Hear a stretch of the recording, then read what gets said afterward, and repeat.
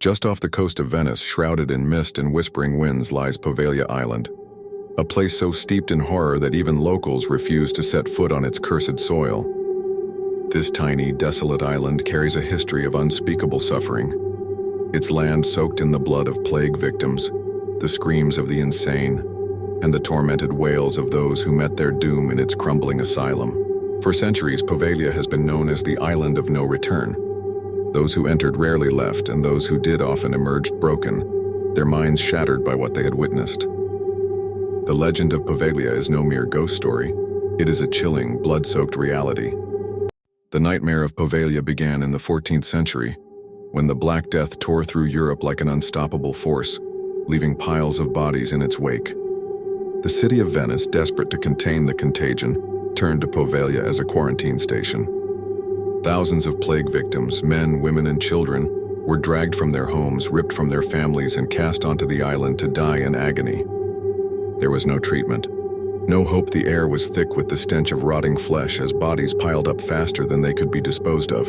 The island became a mass grave with pits dug deep into the ground, swallowing the infected by the thousands. Some were still alive as they were thrown into the flames, their screams echoing across the dark waters. It is said that the soil of Poveglia is 50% human ash, a grotesque testament to the suffering that took place.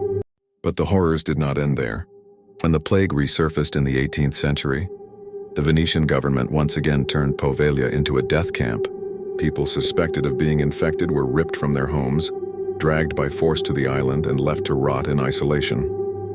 Families begged, screamed, and cried, but there was no mercy. The island became a prison of the damned where the only escape was death. The Asylum of Nightmares, the Mad Doctor of Poveglia. In 1922, as if the island's history of death was not enough, the Italian government decided to build a mental asylum on the ruins of Poveglia. But what should have been a place of healing became a house of pure terror. The asylum was a cruel, torturous place where the screams of the mentally ill never ceased. The doctors viewed their patients as human experiments, subjecting them to inhumane procedures. Electroshock therapy, isolation, and starvation were common, but the worst horrors were carried out by one sadistic doctor whose name has been lost to time. He was obsessed with brain surgery, believing he could cure madness by drilling holes into his patients' skulls. Lobotomies were performed with crude tools, often leaving the victims in a state of living death if they survived at all. Patients were tied to their beds, screaming for mercy as he cut into their brains without anesthesia. Their wails of agony could be heard across the island, but no one came to help. The doctor's reign of terror lasted for years until, as legend has it, he began to experience strange occurrences. He claimed to hear voices whispering his name in the dead of night. He saw shadowy figures lurking in the corners of his vision, their eyes burning with malice. The spirits of the plague victims rose from the graves, their tormented souls seeking revenge. One fateful night, his mind snapped. Driven by unseen forces, he climbed the tall bell tower of the asylum.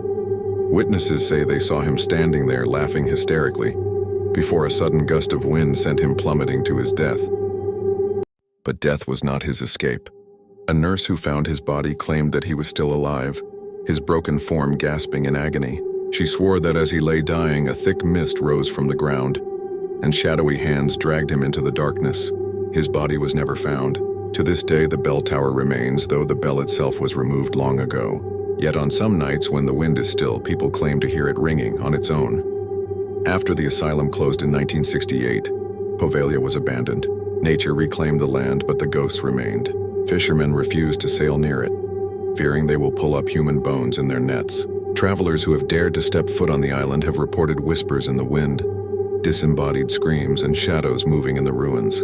In the 2000s, an Italian family attempted to buy the island and turn it into a vacation home. They left after one night, refusing to speak of what they had seen. The island remains off-limits, guarded by the Italian government. It is said that those who enter never return the same. Poveglia is not just another haunted location. It is one of the darkest places on Earth, where the suffering of centuries has left an imprint that will never fade. And if you listen closely, you can still hear the screams of the damned carried by the wind.